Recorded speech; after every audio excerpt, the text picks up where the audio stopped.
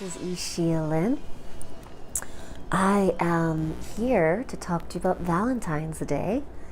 I am a women's empowerment coach. I teach men and women about their pelvic floor, and I do ceremony. I'm a shamanic healer and ceremonialist, so I have been studying love, love, and the practice of living an inspired life for a very long time.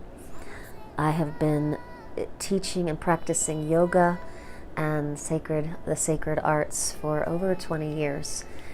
And there's so many things that I get so excited about, and I'm so happy now to have YouTube to share it, and that we can share moments of inspiration here on the YouTube and help each other.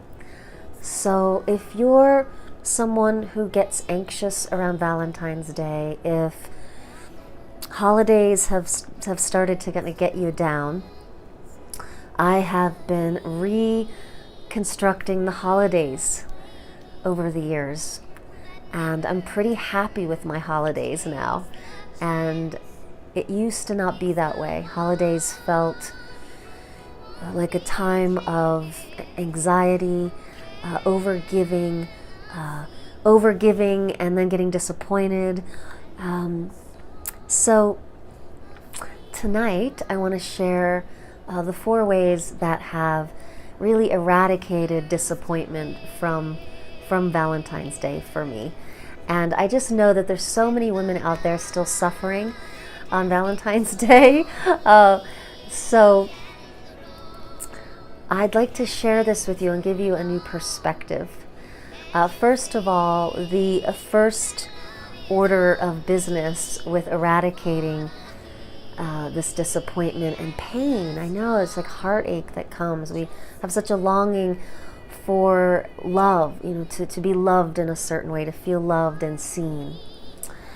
And if you're not in a relationship, we long for it from a partner. And if we are in a relationship, often we long for it from our partner who is feeling inadequate at this. So, I have seen an equal amount of frustration and disappointment from married and partnered women and single women. So I know the grass is always greener, but I'm just here to tell you, I work with women a lot over the past many years, couple decades now, and I see this. This is just how it is. If we're single, we're just wish we had a man, wish we had a partner to be with, and then the things that happen in relationship where the libido starts to die down, the polarity starts to die, and in you feeling unseen, and Valentine's Day comes, and of course there's anniversaries and birthdays and all of these things, and sometimes our partners aren't feeling up for it. So what are some ways that you can change your perspective? And when I'm coaching women and when I'm working on my own personal growth,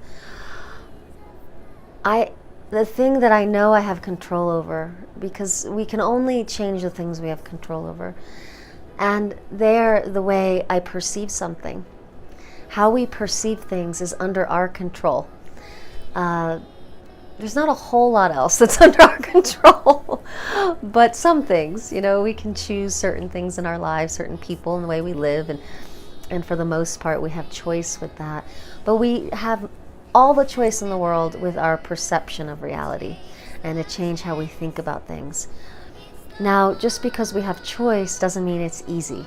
If you've had trauma or a certain mindset growing up in a certain household or perception of reality, sometimes it takes a while to shift the lens and to start to. So it's a practice, just like with yoga, just like with any spiritual practice. It takes a daily practice of catching yourself, right? Saying something, oops, I don't want to go there. Reframe, rewrite.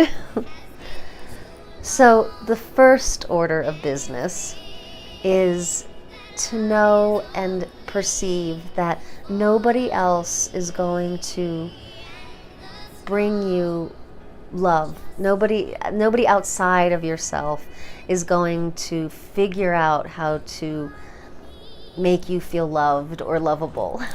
Isn't that what Valentine's Day is? I mean, the Hallmark thing. It's like, oh, flowers, chocolate, go out for a date. And how many times have we set ourselves and our partners up for failure because of the idealism that we have created in our culture? And I know that men, we have really done a number on men. They feel very anxious often about Valentine's Day because they think about it too much, because they don't want to fail. Men really want to please women, they don't want to fail at it. And if they only knew that all we really want is for them to feel and to connect, but that's hard for some men. They don't understand. Or if they have done that, there's been some experiences where they've been put down or shamed for it. So, first order of eradicating disappointment is don't expect anything outside yourself to figure out how to love you or make you feel lovable or satisfy you, anything. So just change that right away, that you are the one who needs to learn how to love yourself and how to help yourself feel seen, feel heard, feel lovable, feel loved. That's up to us. That's up to us to figure that out. If you need help with that, that is something I definitely help women with. You are lovable. You are beautiful. And I would love for you to know that about yourself and to be secure in that. And you do not need anybody's chocolates or poems or anything else to make that true or to make that reality for you. So please make Valentine's Day a day of practice of loving yourself. So number 2 is expect nothing. Expect nothing. Just don't expect anything. Just let it be number 1. Let it choose yourself. Choose yourself instead of looking outside yourself. And then number 2 just happens naturally. Just don't expect anything. And something does come. It's like, oh my gosh, how great is that? Third is buy yourself the gift you're hoping for. Yes. Yes. So all those boxes of chocolates where you go to the grocery store, it's like, oh, I wonder if anyone's going to get me chocolates. Just eradicate that right there. You just walk in there and you see which one you want and you get it. Done. Get the biggest one because I want you to have fun sharing it with whoever you see on Valentine's Day. If you don't want to, that's okay. I have found such great joy in buying myself gifts on Valentine's Day and sharing it with others instead of waiting and hoping to see if somebody will buy me a box of chocolates. Just go buy it. Just go get yourself the box of chocolates you want, okay? And let's see, what's the 4th one? Oh, this is my favorite part. So once you have no expectations, once you have chosen you and whatever energy that you believe in, God or Goddess or what kind of spiritual energy you walk with, that's enough. To be in relationship with the earth, with spirit, is enough. And you choose you, let go of expectations, and you choose to love yourself and not need anything else outside yourself to know that you're lovable and loved. Then you're buying yourself gifts. You're buying yourself flowers and chocolates and whatever you want on that day to celebrate you, to celebrate love. Love. So number 4 is celebrating love, celebrating loving life. And in celebrating loving life, what's the thing that opens our heart the most? Is giving, right? So after you've loved yourself, bought yourself gifts, what is it that you can do for others to celebrate life, to help them celebrate life with you and come into this understanding, this new understanding of love and Valentine's Day that you have discovered? It's so beautiful. So share the chocolates, or buy a second box of chocolates and share it with somebody. Or one year I bought 20 boxes of chocolates, those little ones, they're like $1, and I just started giving them out. So I bet you have some good Valentine's Day stories. I'd love to hear them in the comments below. I have a few for you before we go. So I had a partner for many years when I was young. I was a young woman in high school and in my early 20s. We were together on and off for quite a while. And he was such a good man. You know, he was actually too good for me. In what I mean by that is I was so young, I didn't know how to appreciate him fully. And now as a grown woman, I understand looking back, like, wow, he was such a good person, and I didn't know how to truly receive all the love and the grounded connection and things that he offered. And he was so good to me, and I realized, you know, that some Valentine's Days were wonderful over those years and some weren't. And I was kind of hard on him when they weren't. And I feel bad about that now as an older woman, because I had it so good. And I think, you know, that I've been really spoiled in my life because my brother and my father have always been so loving and always knew the perfect gift. They're great. They're very sensitive men. They're very good at feeling, and they're very creative and excited about gift giving. They're great at it. So we have to give some men a break, because not all men are good at gift giving. They're good at other things. So my father has passed now, but he always showed up with a gift. He always showed up with flowers and chocolates, and he just was always my Valentine. When I was a little girl, he gave me these beautiful dolls every year for Valentine's Day. And for the years that, you know, my adult years, especially when I was partnered or when I wasn't, he'd always show up.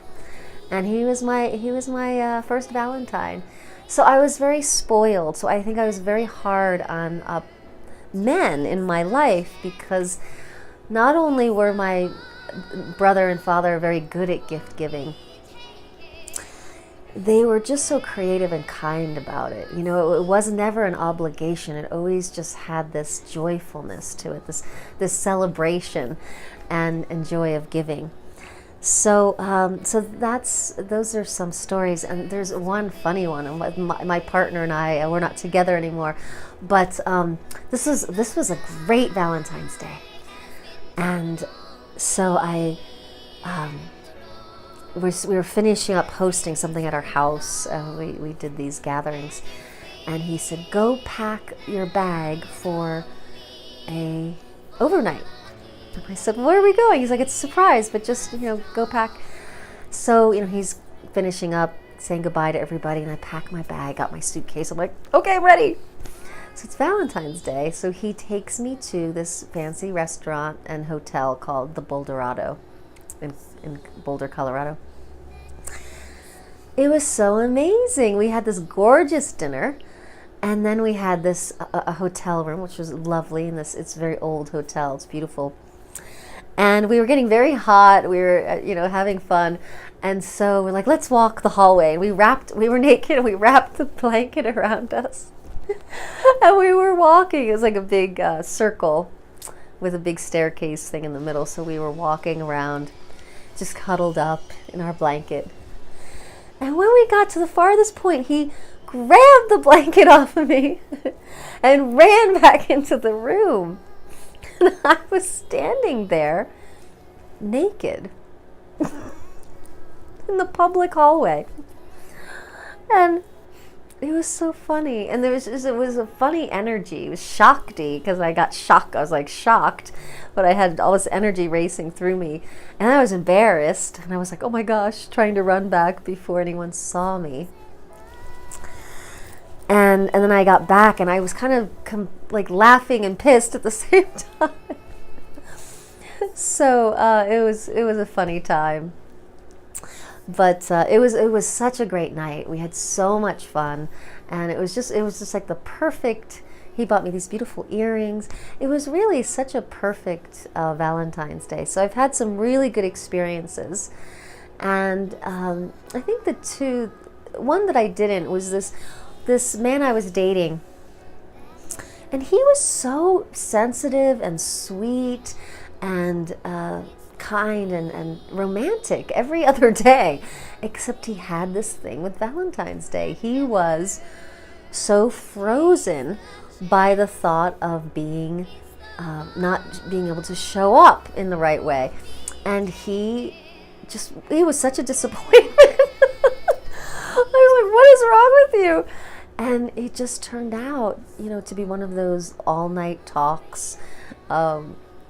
And it turned out that he had had a lot of shame around Valentine's Day with women, and he just kind of didn't want anything to do with it. And so we ended up doing nothing, except then I got a fever and got sick, and we sat there and had this beautiful conversation about Valentine's Day and shame and men. So I got to learn a lot about that. And in the years that I didn't have a partner, and I don't have a partner now, when I was younger, that thought of my, the long distance relationship, or, oh, I don't have a partner to have Valentine's Day with, I felt impatient. I felt, I feel like there's just no time to waste to fall in love with life, to celebrate life.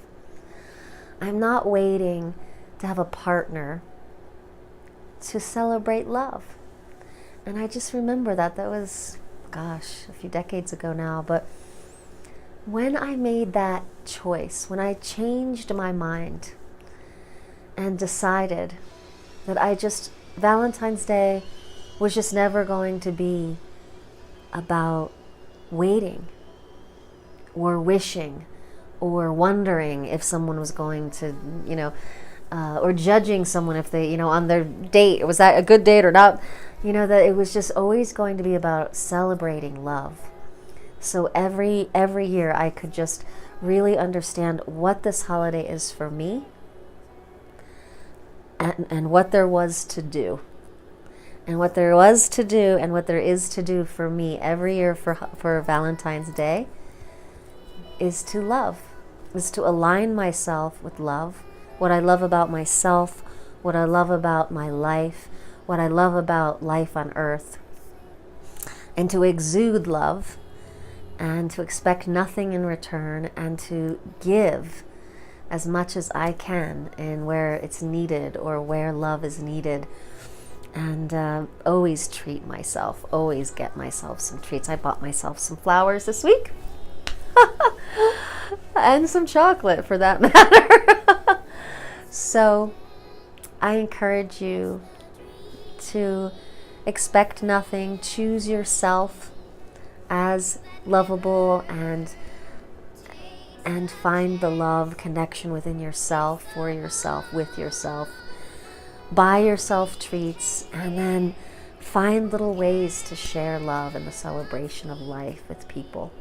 People are hurting on Valentine's Day. Somehow Valentine's Day has become an amplifier of loneliness, or of life, or living on earth feeling sad and lonely, or not seen, or not lovable, not loved. And so it's a wonderful day to bring love and playfulness and joy. So do it. Who's with me? Let's eradicate disappointment on Valentine's Day and bring love to the world.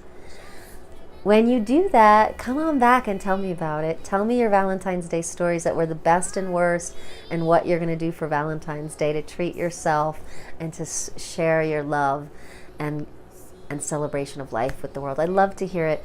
Subscribe if you like. I'm going to be on here more and more, and it's all good. If you want to learn more about my work and my discovery sessions, my women's sacred power coaching, it's all about embodiment and movement and working with energy shamanically. A shamanic life is very ecstatic, is very powerful in interconnection with the web of life.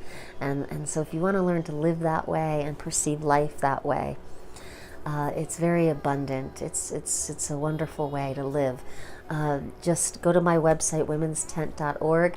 I'd love to do a 20-minute free consult, and then we can schedule some sessions for you. I also have a 40-day online program that runs about every 2 months. We're in process right now, so if you get in on the waiting room, that's where I let those women in first, and you get a discount for showing up early. And so we'll start that again. Let's see, February, we started April, so we'll do it again in May. No, March, April. We'll do it again in April. We'll do it again in April. And that's a wonderful program, learning about your womb center, opening your pelvis, building confidence, learning movement practice. It's really powerful. I share my playlists with you. And then check out in live, I'm doing a lot of different workshops, and I tour. So we'll be doing a priestess training week in spring. We may be in Europe this summer. Well, that's the plan. And at the end of the year, possibly Bali. So just stay tuned, and we'll find each other, and we'll celebrate life together and dance. The healing sacred dances. Very powerful, and I want you to know them, because the ancient medicine of dance needs to be in the world more. I think it needs to be in your life. It's amazing shamanic and temple practice dances. So, mwah, bye for now. womenstent.org if you want to find more. Otherwise, just stay here, and I'll keep coming back.